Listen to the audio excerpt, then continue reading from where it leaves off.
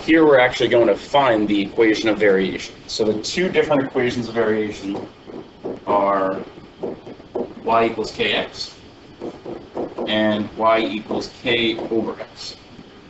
The first one is direct, the second one is inverse. So that's generally what we're trying to find. We're trying to find that equation, and when we write it, instead of writing it like this, we're going to write a number in place of the k. That's really what we want to find. We want to find the constant, and then just write the equation with that constant where it's supposed to be. So there's a bunch of different ways that we can find this. Sometimes we can find it from a table, from a graph. These first examples are just being told what type of variation it is.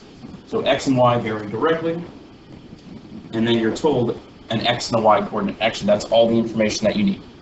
So they're telling us that they vary directly. That's actually a lot of information. That's telling us that we can use this equation, or we can use this equation, k equals y over x,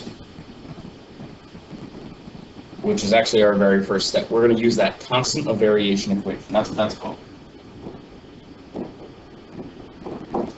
And it's pretty much in the name. That's basically helpful to find the constant. So that's what we're going to solve for. We're going to solve for k, and then substitute the value in for k into the variation equation.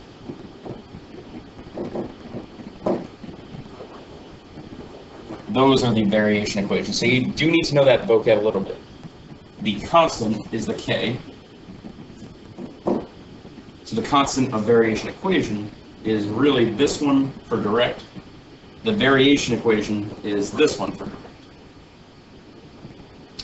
So I'm just really going to follow those steps. I want to find that constant.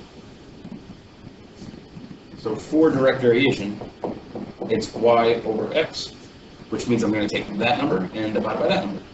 K equals 12 over 4, k equals 3. What I essentially found out was the slope from this graph. If I plotted this point, 1, 2, 3, 4, 1, 2, 3, 4, 5, 6, 7, 8, 9, 10, 11, 12. I'm plotting that point, and I know it's going through 0, 0. I basically just found that the slope of that line is 3. Now I'm going to write that equation in slope-intercept form as y equals 3x. Let's actually do number 3 while we're doing direct variation. Same kind of idea. They vary directly.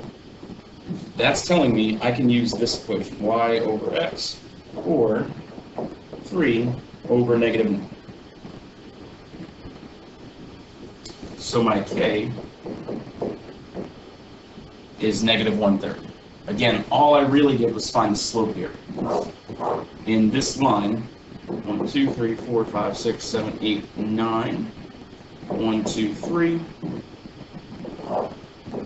That's supposed to pass through the origin, and that point, that slope is negative 1 over 3.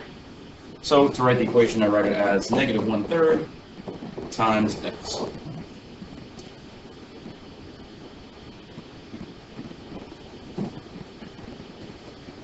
Now, inverse variations are using completely different equations. I can use this, y equals k over x, or k equals y times x. Actually, that's the one I'm really going to lean to just to find the constant first. I want to do k equals y times x, or k equals 5 times 7, or k equals 35. So my constant there is 35.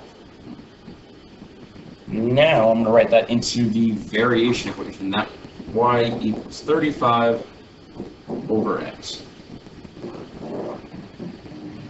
This one's a little bit less intuitive because it's not so clear what that 35 really means. It's not the slope, because actually I don't have a constant slope. But really what it means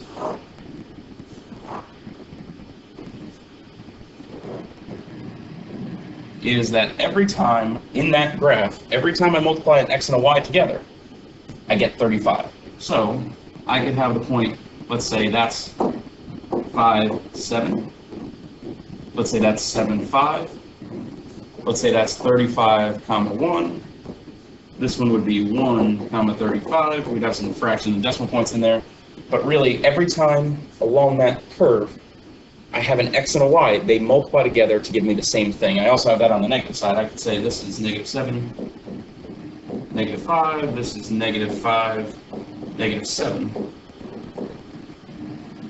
For each x and y combination that you have, you multiply them and get the same constant number, which happens to be 35 in this one.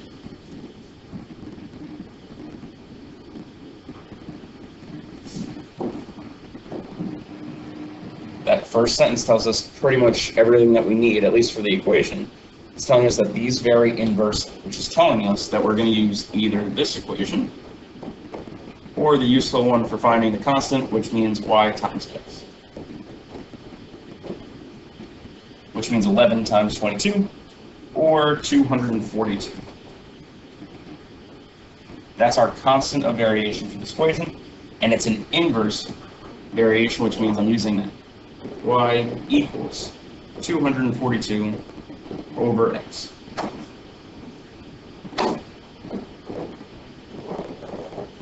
That is your equation. You find the constant and then you rewrite the equation, this equation, with the constant where it's supposed to go.